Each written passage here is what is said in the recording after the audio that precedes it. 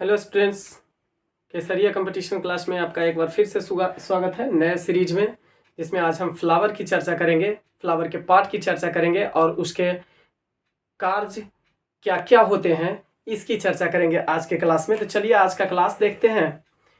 Class देखने से पहले सेशन को सब्सक्राइब ज़रूर कीजिएगा, लाइक भी कीजिएगा और कमेंट कीजिएगा कि हमारा जो बताने का तरीका है वह कितना हद तक आपको अच्छा लग रहा है, नहीं लग रहा है। लग रहा है फिर भी बताइएगा, ना लग रहा है फिर भी बताइएगा, ताकि हम इसको और अच्छे तरीके से चला सकें और आगे सेशन को क्लियर कर सकें। चलिए आज हम चर्चा करते हैं फ्लावर का।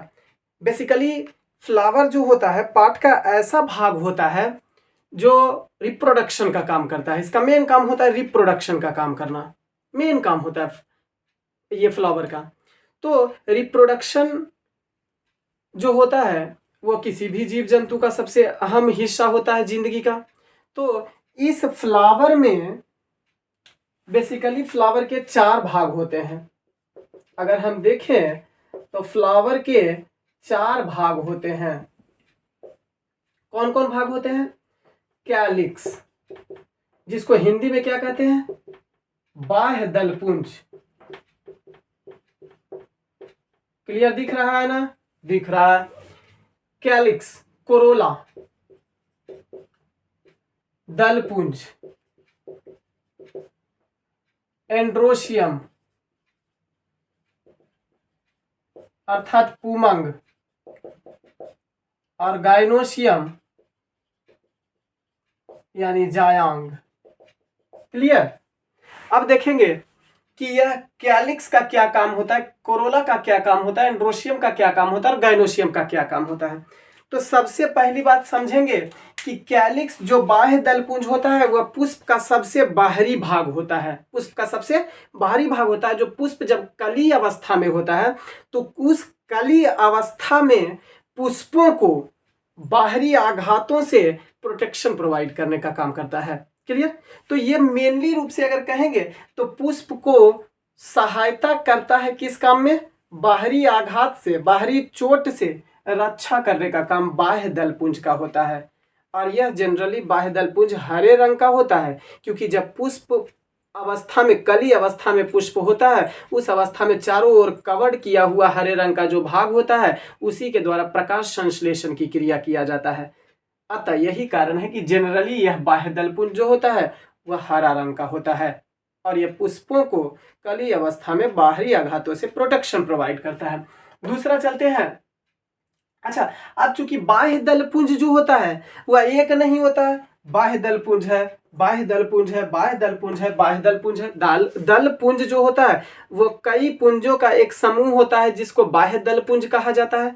तो इसकी एक इकाई को भी कुछ ना कुछ कहा जाता होगा। तो इसकी एक इकाई को कहा जाता है सेपल। इसकी एक इकाई को सेपल कहा जाता है। चलिए दूसरा आते हैं कोरोला। कोरोला कैलिक्स के ऊपर वाला हिस्सा होता है। ये वाला हिस्सा होता है कोरोला। कोरोला का क्या काम होता है? तो कोरोला का काम होता है कि यह पुष्प का रंगीन भाग होता है, ताकि यह कीट पतंगों को अपनी ओर आकर्षित कर सके। यही भाग पुष्प का सुगंधित भाग होता है। अतः 2 कारण से कीट पतंग सुगंध लेता है और रंगों की ओर आकर्षित होता है, जिसके कारण से यह पुष्प की ओर आकर्षित हो जाता है, पॉलिनेशन की क्रिया का हिस्सा बन जाता है। क्लियर?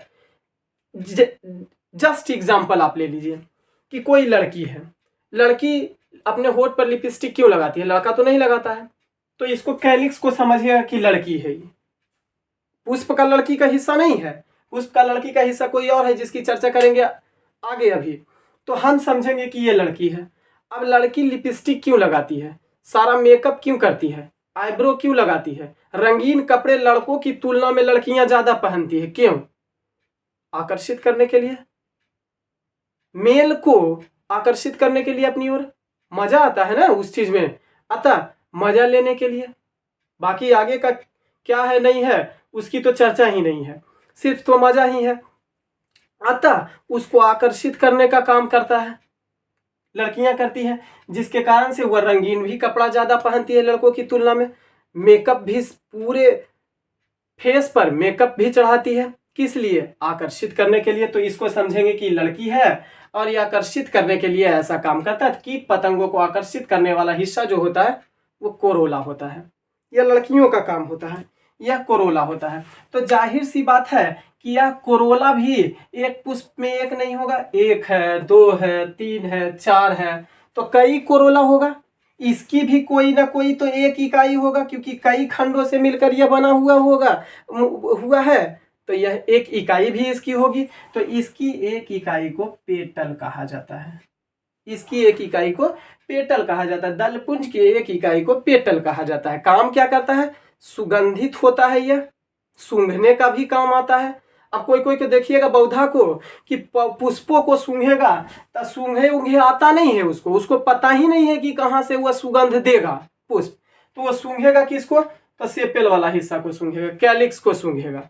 अब चूंकि सुगंध फैलता है, जिसके कारण से सुगंध तो देगा ही देगा, लेकिन पगला पाता कहाँ है कि यहाँ से सुगंधित नहीं है, बल्कि यह सुगंधित भाग कैलिक्स नहीं, कोरोला होता है। तो अब से जब भी पुष्प को सूंघिएगा तो यह कोरोला वाला हिस्सा को सूंघिएगा तो ज्यादा वह सुगंधित देगा। सुगंध यहीं पर पाया जाता है। तो सुगंधित होता है भाग और रंगीन भाग होता है, ताकि कीट पतंग को अपनी ओर आकर्षित करने का काम करता है। सेम एज लड़की जैसे करती है, गर्ल्स जैसे कैंडिडेट करती है। आगे चलते हैं।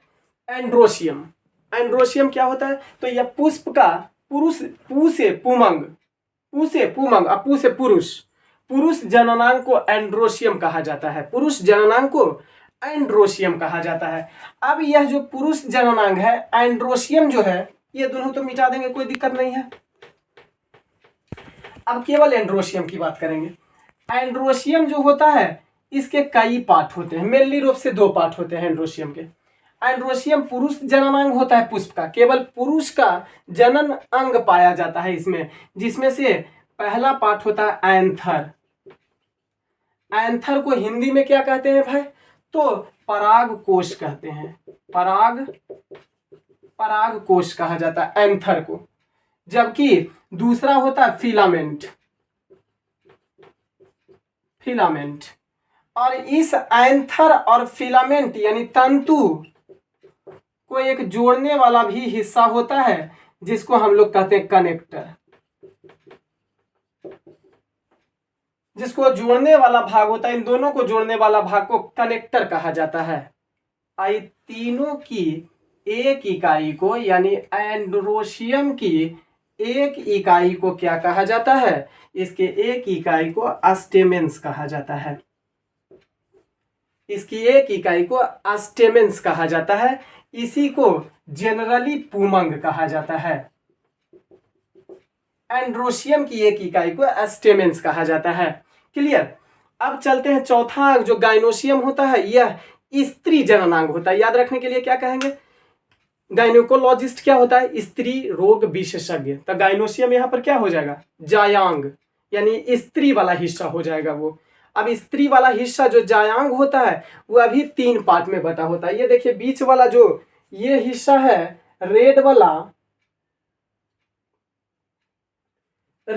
जो हिस्सा है, इसको हम स्त्री के रूप में लिखे हैं, क्योंकि इसके चारों ओर ये देखिए, ये जो लंबा लंबा खड़ा है, ये दूल्हा खड़ा है, ये सब दुल्हन है, सब करकन सब दुल्हन है। करका दुल्हवा तो और तबाहे कैले रहता है, सबसे ज्यादा अपैत रहता है तो वही करके दुल्हवा, करका तंगो करता है सबसे ज्यादा। अतः देखिए चारों तरफ कैसे इसके तरफ मूड़ी झुकाए हुए, जब मौका मिलेगा, जब धर दबोचेगा। अतः ये बीच वाला हिस्सा जो है यह गाइनोशियम का हिस्सा है। चलते हैं बारी बारी से इसमें सजा देते हैं कि कौन किसका अंग है जल्दी में। ये वाला जो बड़का वाला हिस्सा देख रहे हैं जिस पर पुष्प बैठा हुआ है, पूरा पुष्प का लोड है जिस पर, इसको कहेंगे हम लोग कि पुष्प आसन। अब पुष्पासन को अगर अंग्रेजी में हम लोग कहेंगे तो पुष्पासन का अंग्रेजी होता है थैलमस होता है, जिस पर पुष्प बैठा हुआ रहता है, आसन लगाए हुए रहता है, जिसको पुष्पासन कहा जाता है। इसका ऊपर वाला ये जो हिस्सा होता है ये सारा हिस्सा है, ये सारा हिस्सा है, ये सभी हिस्सा को हम लोग कैलिक्स कहते हैं। कैलिक्स, जिसको हिंदी में बाह्य दलपुंज बोले थे। इसका काम कली अवस्था में पुष्पों को बाहरी आघातों से रक्षा करने का काम करता है। और इसकी एक इकाई को क्या कहे थे? सेपल कहा जाता है। इसकी एक इकाई को सेपल कहा जाता है। इसके ऊपरी हिस्सा को हम कहे थे कि जब यह सेपल का काम खत्म हो जाता है, कि पुष्प अवस्था में, कली अवस्था में जब पुष्प होता है और यह मैच्योर हो जाता है पुष्प, तो ये जो कैलिक्स है वह नीचे गिर जाता है, झुक जाता है, नीचे आ जाता है। तथा जब कली अवस्था में होता है तो यह पूरा तरीका से ऊपर घेरे हुए रहता है और प्रकाश संश्लेषण की भी क्रिया करता है, जिसके कारण से जनरली यह हरा रंग का होता है। इसके ऊपर चलते हैं तो यह रंगीन पार्ट होता है, जिसको कोरोला कहा जाता है। कोरोला कहा जाता है। हिंदी में अगर करेंगे तो दलपुंज कहा जाता है। दलपुंज कहा जाता है। अब यह कोरोला जो होता है वह रंगीन भाग भी होता है तथा सुगंधित भाग भी होता है। क्यों? क्योंकि यह आकर्षित करने का काम करेगा। होठ में लिपस्टिक लगता है, मेकअप होता है, आईब्रो लगता है। किस लिए लगता है? रंगीन रंगीन कपड़ा लड़कों की तुलना में ज्यादा पहना जाता है वहां। किस लिए? आकर्षित करने के लिए। अतः यह कोरोला जो होता है वह दलपुंज जो होता है कीट पतंगों को अपनी ओर आकर्षित करता है और यह जनरली रंगीन होता है। लेकिन यह सफेद भाग भी होता है। यह सफेद पुष्प को देखे हैं ना, सफेद पुष्प, गुलाब भी सफेद होता है। रात में उगने वाला जनरली फूल जो होता है वह सफेद होता है। क्यों? क्योंकि वह पुष्प को अपनी ओर आकर्षित करने का जनरली उसका काम नहीं होता, वो ज्यादा सुगंधित होता है। जो शाम में फूल आएगा फूल वह ज्यादा सुगंधित होता है। वह केवल सुगंध के माध्यम से कीटों को अपनी ओर आकर्षित करता है। इतना सुगंध होता है उसमें, इतना सुगंध होता है कि वह कीटों को आकर्षित कर लेता है। और रात के समय अगर देखिएगा, लड़कियों को देखिएगा, बराती में देखिएगा, सेंट पाउडर ज्यादा पोड़ा हुआ रहेगा, सुगंधित ज्यादा लगेगी, लिपस्टिकियों में सुगंध आएगा। अतः वह अपनी ओर आकर्षित करता है सुगंध से भी और कलर से। जो रात में फूल आएगा वो व्हाइट कलर का होगा, जो दिन में फूल आएगा वो जनरली रंगीन कलर का पुष्प होता है, जो कोरोला ही होता है। क्लियर? तो इसकी एक इकाई भी होती है। इसकी एक इकाई को हम लोग पेटल के नाम से जानते हैं। इसकी एक इकाई पेटल कहलाता है। अब चलते हैं, ये दोनों हिस्सा जो होता है कैलिक्स और कोरोला, ये दोनों हिस्सा जो है ना, यह पुष्प का एसेसरी पार्ट है, सहायक भाग है, सहायता खाली करता है, भाग नहीं लेता है। मेन काम जो पुष्प का है वह है रिप्रोडक्शन की क्रिया करना, लेकिन रिप्रोडक्शन की क्रिया में भाग नहीं लेता है, उसमें केवल सहायता करता है। किस रूप में भाई? तो सुगंध फैलाता है ताकि कीट आकर्षित हो सके, रंगीन होता है ताकि कीट आकर्षित हो सके, बाहरी आघातों से रक्षा करने का काम करता है ताकि अंदर की क्रियाविधि चलता रहे। अतः यह दोनों एसेसरी पार्ट ऑफ फ्लावर कहा जाता है। दोनों एसेसरी होता है, सहायक पार्ट होता है, जबकि मेन पार्ट, इसेंशियल पार्ट में दो आता है, एंड्रोशियम और गाइनोशियम। एंड्रोशियम के पार्ट कितने बताए थे भाई? तो एंड्रोशियम देखिए पहले ये है, ये लंबा वाला, ये डंठल जो करखुट्टा को देख रहे हैं, सब दुल्हवा है, सब किधर और मुंहा किया हुआ है, इसकी ओर। कब मौका मिले कि टूट पड़े। अतः सब करखुट्टन, यह जो इसका है, सबका टंगरिया जो है, पैरवा जो है, इसको कहते हैं फिलामेंट। हिंदी में तंतु कहा जाता है। ये ऊपर में जो थोथुनमा को उधर किया हुआ है, ये थुत्थन को इसका कहेंगे, मुंह को इसका कहेंगे एंथर। अब बीच में एंथर और फिलामेंट को जोड़ने वाला एक हिस्सा होता है यहाँ पे, इसको क्या कहेंगे? कनेक्टर कहेंगे। इसका कोई खास काम नहीं होता, केवल दोनों को जोड़ने का काम करता है। और इस सब को मिला दिया जाए तो इसकी एक इकाई को, यानी एंड्रोशियम की एक इकाई को पुमंग कहा जाता है, और इसको पुमंग को एस्टेमेंस के नाम से जाना जाता है। क्लियर? ये तो पुरुष जननांग खत्म हो गया। अब स्त्री जननांग, बीच वाला रेड वाला हिस्सा देखिए, चारों तरफ दुल्हवा से घिराया हुआ है, इधर से इधर से इधर से इधर से। बीच वाला जो ये हिस्सा है ना, ये स्त्री है। यहाँ पर जयमाला हो रहा है, बाकी सब बाराती वाला ये सब है, सब करखोटर खड़ा, तो जयमाला हो रहा है, एक वो अकेले बेचारी खड़ी है। अतः यह है हमारा स्त्री जननांग। अब स्त्री जननांग के तीन भाग, मेन रूप से तीन पार्ट। एक ओवरी, दूसरा ओवरी से ये जो स्टाइल में ऊपर गया है, देखिए इसको कहिएगा ओवरी से ऊपर ये जो स्टाइल में ऊपर गया है और ज्यादा स्टाइल ऊपर मार दी है। जयमलवा को माला जो हाथ में ली हुई है उसको ज्यादा ही स्टाइल मार दी है। तो एगो तो ये स्टाइल वाला हिस्सा, और सबसे ऊपर में जो ज्यादा स्टाइल मार दी है उसको अस्टिग्मा कहिएगा। हिंदी में वर्तिकाग्र और इसको हिंदी में वर्तिका, वर्तिका कहा जाता है। ओवरी को अंडाशय कहेंगे। क्लियर। ये जो एक पार्ट अंदर ओवरी के अंदर देख रहे हैं इसको ओव्यूल कहेंगे, इसको ओव्यूल कहा जाता है। अब देखेंगे काम क्या होता है भाई।